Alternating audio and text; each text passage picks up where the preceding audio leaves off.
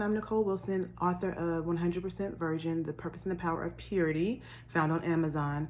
I wanted to pop on and accept the challenge that my friend gave me to go further as the scholar that I am, majoring in psychology, minoring in African American studies, and just be able to bring balance and perspective. And so I want to title this Christ in the Culture, right?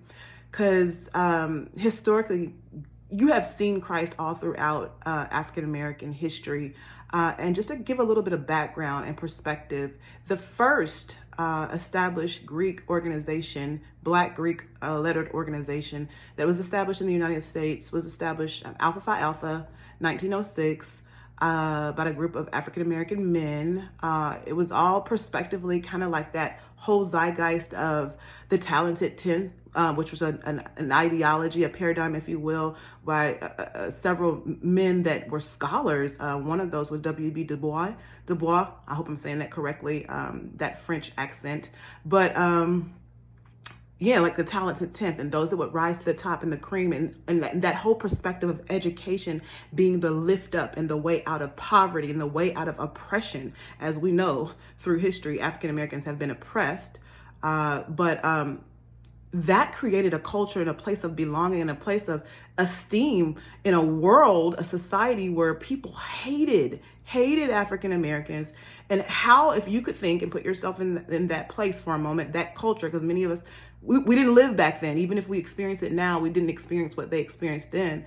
To live in a world where everybody hates you, and how could you love yourself in a world where the pressure is to hate yourself? And so even yet and still in a world, a United States of America, where Black men and women, as we know, recently stories are coming out to see that women as well fought in the war and had their part in the war. But during the World War I and II, really, African American men were a part of that, instrumental in being a part of the fight. And then when they came back, the disappointment, the devastation, if you will, probably to many, of not still being accepted in a world where they fought and had freedoms to fight alongside their counterparts, white counterparts, but coming back and just being still rejected and quite frankly, still hung and lynched and killed in some places. And the attractiveness of and what they brought in terms of their militant structures and success, right? They brought that into this fraternity, these organizations. If you study the history, and it was attractive. It was a place to belong and to be accepted and to have your own esteem.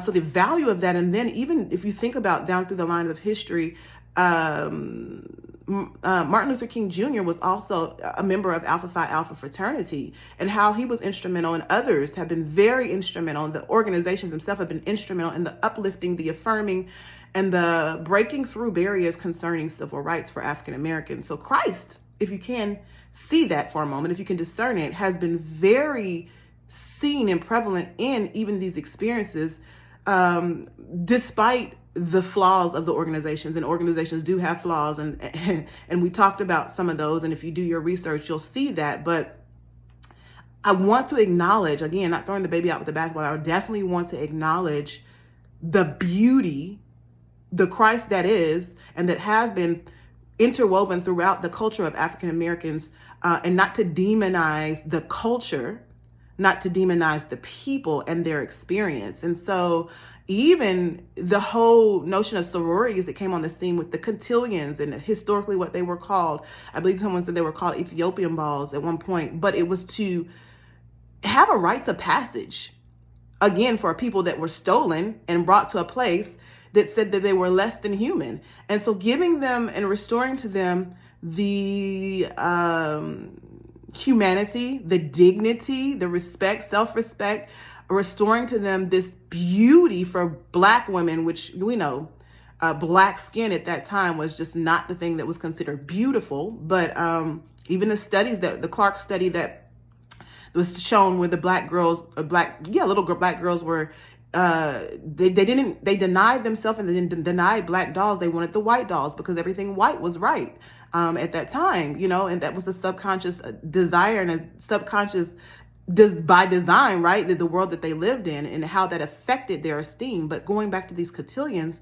how this rite of passage, many of these, even to this day, these debutantes, these cotillion balls that are put on by sororities, introduce women, these Black women, and let suitable, eligible bachelors know that these were beautiful women, educated, talented, and that they were eligible for marriage, eligible to be partners in this world. And that not only that, was just to affirm their own esteem and beauty and place in the world. How powerful is that? And then also, not to mention the money over the years and decades of money that has been poured into our community and our children, for children that did not have a place to be educated. But these sororities and fraternities have poured so much scholarship money back into their community to uplift where there has been so much oppression. And even the historically Black colleges and universities, which I am a product of, having a place. Listen, I want to say this, make no mistakes, me being born into the kingdom of God, understanding that that is first and foremost the platform on which I stand. We're a kingdom citizen first. I am a kingdom citizen first. But second, there's purpose and reason in me being African American. And I take pride in that because it's something that God gave me. And there's something to be said about it. There's a testament and there's a testimony in it. And so to celebrate and being able to embrace all of my experiences and all of our culture's experiences, but still to be able to align it and balance it with the truth and see Christ in it, if you will. I pray that you are blessed by this chat. Have a great day.